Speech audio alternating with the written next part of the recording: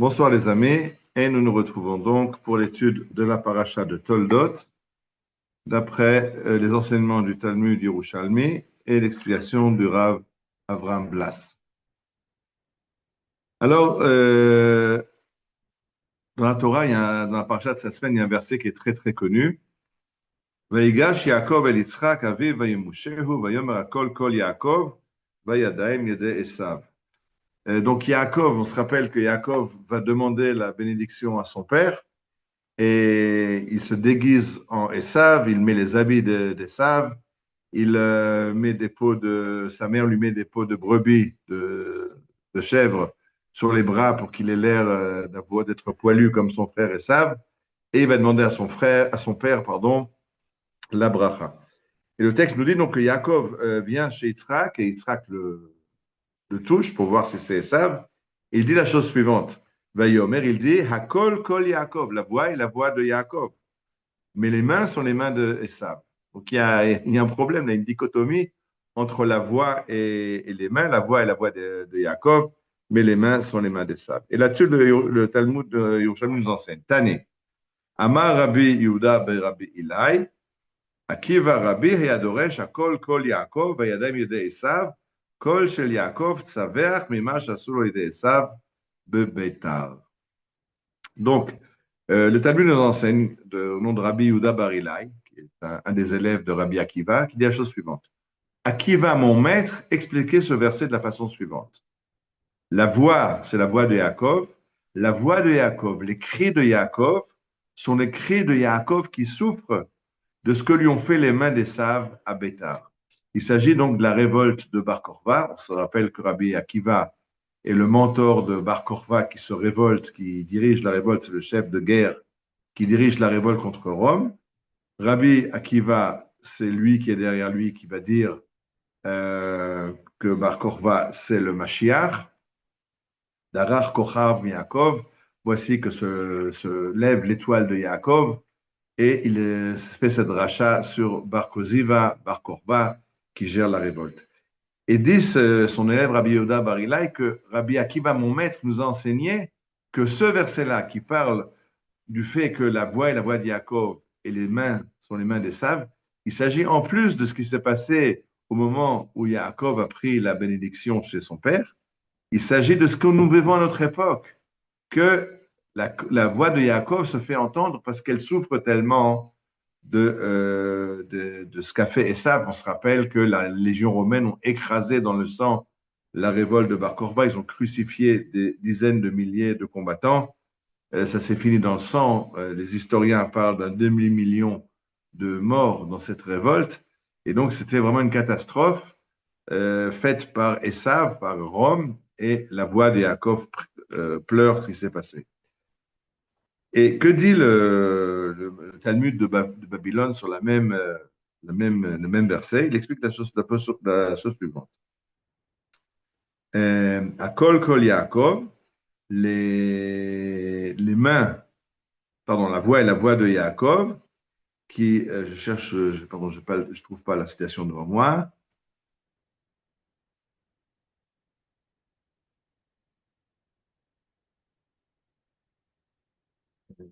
Kolosh Yaakov, excusez-moi.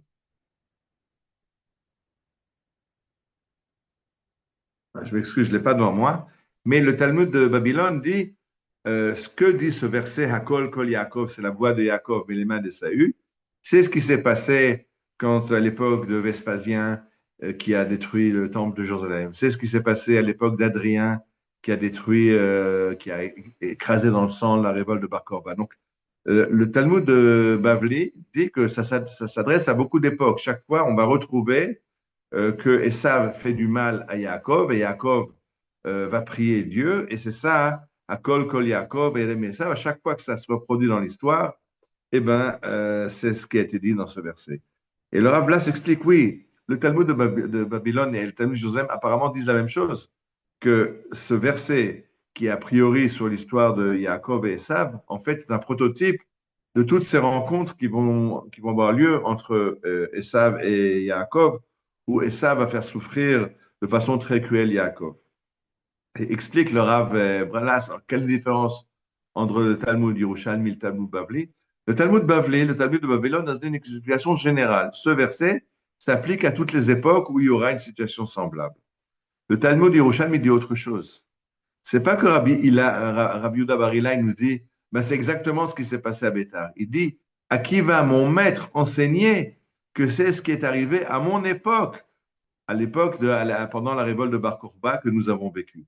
C'est-à-dire que quand on étudie la Torah, et c'est ce que j'essaie de faire dans cette étude hebdomadaire, de montrer que la paracha nous parle à notre époque. Elle parle de ce qu'on est en train de vivre. On peut vraiment voir aussi à notre époque que Yaakov prie et pleure et prie Dieu du mal que lui fait Esav. On peut voir, justement, c'est évident quand on voit comment l'Occident postmoderne, mais post-chrétien, fait tout ce qu'il peut pour empêcher Israël d'achever la guerre et de détruire ses ennemis. Alors, à notre époque aussi, ça s'applique. Et c'est ça que dit Rabbi Yehuda Bar Ilai. Il ne faut pas chercher dans cette explication de ce verset quelque chose qui s'applique à chaque époque. Il faut qu'à notre époque, on puisse être capable de lire la lecture de notre époque de ce verset. Pas dire oui, ce verset s'est appliqué à toutes les époques. Non. Qu'est-ce que j'en apprends quand je suis dans l'époque que je vis actuellement? Et bien sûr, il faut faire attention que ce n'est pas n'importe qui peut expliquer comment lire la Torah dans notre époque. Il faut que ce soit à qui va mon maître. Il faut que ce soit des grands rabbinim qui ont la compréhension assez large de la Torah et la compréhension assez large de ce qui se passe dans l'époque pour pouvoir faire la correspondance entre leur époque, entre l'époque qu'ils vivent, que nous vivons, et la Torah. Bien sûr, ce n'est pas tout ça chacun qui peut dire et faire dire n'importe quoi à la paracha. Il faut que ce soit un maître en Israël qui est capable de comprendre dans l'analyse qu'il fait de la Torah qu'est-ce qu'on retrouve de cette paracha qui est actuelle dans notre histoire. J'ai dit, voilà, actuellement, on est on est en conflit non seulement avec les Arabes, mais avec Esav, et donc c'est facile de comprendre comment cette paracha s'applique aussi à notre génération. Mais il ne faut pas tomber dans l'erreur parce que il y a beaucoup de rabbins, si on parle du secteur des rabbins, du secteur Haredi, qui eux expliquent la Torah de façon la même Torah qu'ils ont enseignée dans le Shtetl en Pologne il y a 150 ans, dans le Mlach en Afrique du Nord il y a 150 ans, c'est la Torah qu'ils enseignent aujourd'hui, elle est entièrement déconnectée de l'actualité. D'un autre côté, on a des rabbins populistes qui vont prendre la Torah, et pas seulement, je ne dis pas populiste au sens péjoratif du terme, mais de faire des drachotes qui sont adaptables à toutes les époques. On prend la Torah et puis on en fait quelque chose. Voilà, la Torah va nous apprendre maintenant l'amour entre les frères et le rapport du père avec les fils. Et on va faire un enseignement qui passe partout, qui passe à toutes les époques. Or, ce que la Torah veut nous donner, c'est que il faut comprendre à notre époque le message spécial qui s'adapte à notre vécu. Et ça, c'est cet enseignement de Rabbi Yehuda Bar Ilai qui nous dit à qui va Rabbi, à qui va mon maître, expliquer comment on comprend cette parole de la paracha dans l'époque que nous vivons.